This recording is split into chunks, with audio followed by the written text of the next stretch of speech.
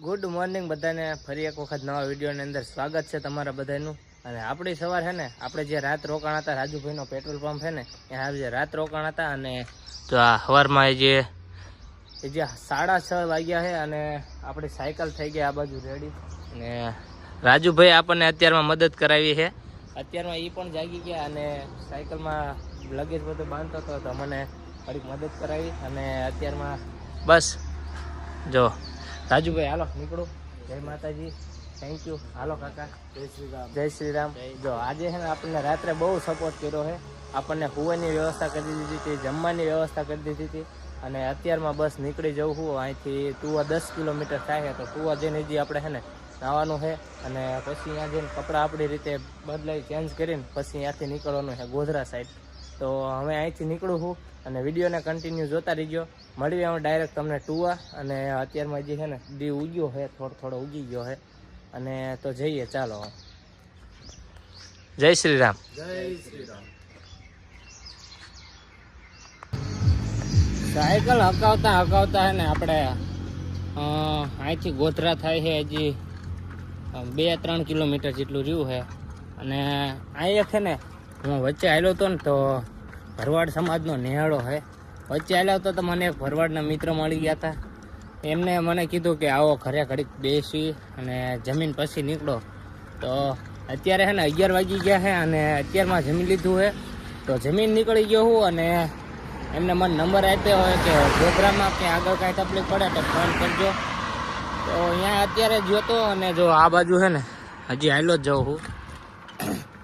અહીંયા કણ આપણું અત્યારમાં જમવાનું થઈ ગયું, પાણી ભરી દીધું અને મોબાઈલ ચાર્જિંગ થઈ ગયો અને નીકળી ગયો હું અહીંથી ગોધરામાં 3 કિલોમીટર જેટલું રહ્યું છે।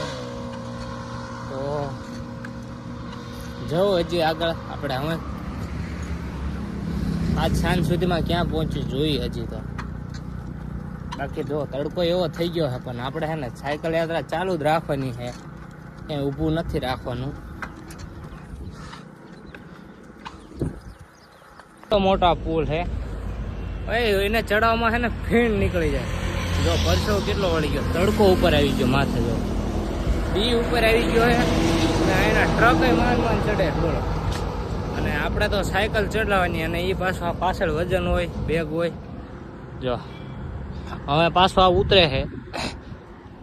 આમ પુલ આવે ને એક વાતે આમ સારું ને એક વાતે નહીં સારું, કેમ કે જ્યારે ચડાવવાનું થાય ને ત્યારે ચડાવી જ દેવી પણ ઉતરવામાં હાલ્યું જાય ને ચડાવવામાં થોડીક ભીં પડે પણ એમણામ પછી હાલ્યું જાય, ચડી જાય પછી। અને આપણે તો એ સફર ચાલુ જ છે અને પરસો એટલો વળી ગયો છે, જમી લીધું છે એટલે હવે કાંઈ ઉપાધિ નથી આગળ। અને પાણીની બોટલે હારે ભરેલો જ છે। જો આ હવે છે ને ઢાળ કેવો આવી ગયો, જો હું સાયકલ પેન્ડલ વગર પેન્ડલ મારી હાલી જાય જો સાયકલ, કેમ કે હવે છે ને ઢાળ એવો મસ્ત નો આવ્યો કારણ કે ઓલો ચડાવવામાં મને ફીણ વળી ગયા। જો હાલી જાય છે ને આવા ઢાળ આવતા રહે ને તો મજા આવે જરાક હાંકવાની તે।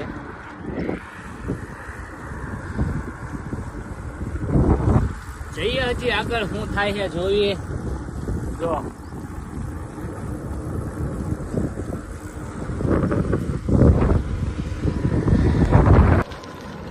અત્યારે છે ને વાગી ગયા છે 5 અને આપણે એક પેટ્રોલ પંપ હતો ત્યાં ઘડીક રેસ્ટ કર્યો, બેઠા અને મોબાઈલ ચાર્જિંગ મૂક્યો। અને જો અત્યારે એના વાતાવરણ જો તમે બધી બાજુ પાછળ જો આગળ જો તો ઉપર વાદળા એવા નીકળ્યા છે, મોસમ એવો મસ્ત છે, તડકો એટલો બધો છે નહીં એટલે અત્યારે છે ને થોડુંક ખેંચી જ લેવાનું છે, કેમ કે પછી છે ને આંક્યા અને જલ્દી દી હાથમી જાય પાછો। લગભગ આપણેથી અહીંયા 15-20 મિનિટ વધારે હાથમી જાય એટલે આપણે છે ને જલ્દી ખેંચવાનું જ છે, નકર પછી બહુ વધારે પડતું મોડું થઈ જાય ને પછી મજા નથી આવતી। એટલે અને આ બાજુ છે ને આપણી જેવા માણસો નથી એટલે ઠેકાણા જલ્દી ગોતવા પડે, નકર પાછી તકલીફ વાળું થાય। જો આ છે ને અત્યારે હોટલ છે, બસ આપણી તો તોય ચાલુ જ છે। અને જો આ બધું મોસમ જો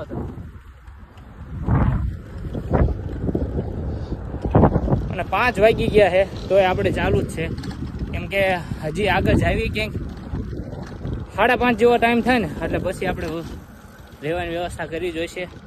કેમ કે આ બાજુ છે ને જલ્દીથી હાથમાં છે. કાલે મારે એવું જ થયું હતું. જો ધજા છે ને આપણે નીચે ઉતારી લીધી. કેમ કે એ ધજા ફરકે ને એટલે એનો ભાર આપણે મારે ખેંચવાનું થાય એટલે મેં એને ઉતારી લીધી. અને જો અહીં સાઈડમાં આવી રીતે પાછળ ને બે એવી રીતે લગાવી દીધી. આ બાજુ છે ને આમ એટલે બધું વાવેતર નથી થતું અને હાવ પડતર જ હોય. જો આ બાજુ છે ને ગામડાના નામ એવા હોય ને કે આપણને આવડતા ન હોય. જો સેફટી છે આંકું નાખ જો આવું થઈ જાય.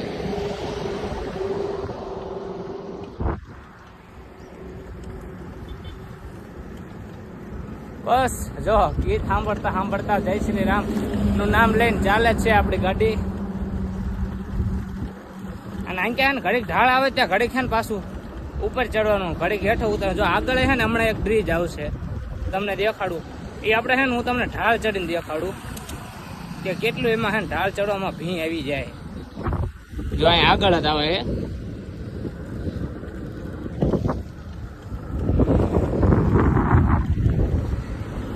જો અહીં સામે તમને દેખાતો હોય છે. બે આ છે ને તમને હમણાં ઝૂમ કરીને દેખાડે તોય કરીને દેખાડું. જો એ આગળ જો ને બ્રિજ છે ટાવર પાસે. અહીં થોડોક જ ઓરો છે તમને જઈને દેખાડું. એટલે હે ને આપણે ટૂંકમાં જે આ ઢાળ છે ને આ ઢાળ ફાસમ ફાસ આંકશું ને તો આ ઢાળમાં ફાસમ ફાસ આંકશું ને તો સામો ચડશે. જો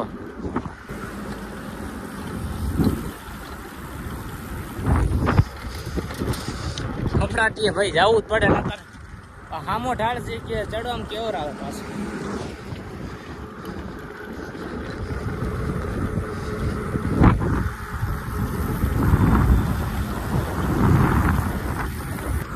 જો ઢાળ ચડાવવામાં ને એટલો ફાયદો થાય. જો ક્યાં સુધી ઢાળ હે જો હમણાં ફટાફટ જશે. આગળ પાછો પુલ જ આવી જશે હો. એટલે ટૂંકમાં અહીંથી ખેંચીને તો જ સામે પોગે નકર તો મેળ જ ન આવે.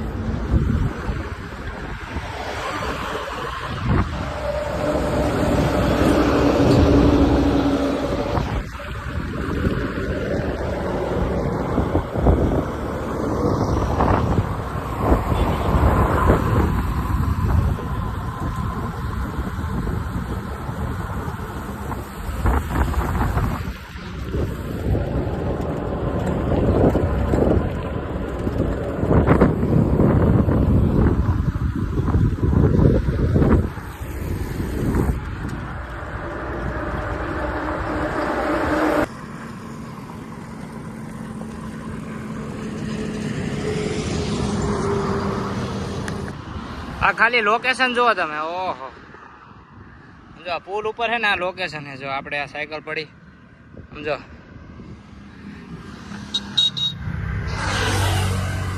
ભાઈ સાહેબ સમજો લોકેશન જ એવું છે ને સમજો. આવા જ પછી ઘર હોય. અને હે ને આ જે દેખાય ને ગામડું જ છે પણ ત્યાં હોય ખાલી એટલા જ ઘર છે ખાલી એટલા જ તે. બાકી હે તો ગામડું જ તે. જો આપણે હે ને ધજા ઉતારી લીધી. કેમ કે હે ને બહુ વધારે વજન કરતી અને આંખવામાં એટલી મજા નથી આવતી એટલે આપણે ઉતારી લીધી. સમજો નીચે જો આ પુલ ચડાવવામાં હે ને સમજો કેવો પુલ છે. અહીંથી સમજો આ પુલ છે ને તમને એમ જ લાગે કે આ હાલીને માંડ માંડ ચડાય કાકા. સમજો આ કટારો આવે જો આ માંડ માંડ ચડે હે ને.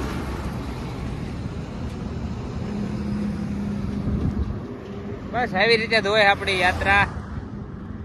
બાકી સપોર્ટ કરતા રહીજો. સમજો આમ લોકેશન એવું આવે ને આમ મજા આવે. મિત્રો અત્યારે હે ને સાંજ પડી ગઈ છે અને આપણે છે ને રહેવાની વ્યવસ્થા એક રામાપીરનું મંદિર છે ત્યાં આગળ આપણી રહેવાની વ્યવસ્થા છે. જો અત્યારે છે ને અત્યારે હું સૂઈ ગયો છું અને જમવાનું અને એ બધું અહીંયા હતું. અને રોડેથી છે ને મને મંદિર દેખાણું એટલે હું અહીંયા આવતો રહ્યો. કેમ કે અહીં ક્યાં છે ને કંઈ પેટ્રોલ પંપ કે એવું કંઈ હતું નહીં. તો અહીં મોટું રામાપીરનું મંદિર છે. અહીંયા કણે જો છે ને પછી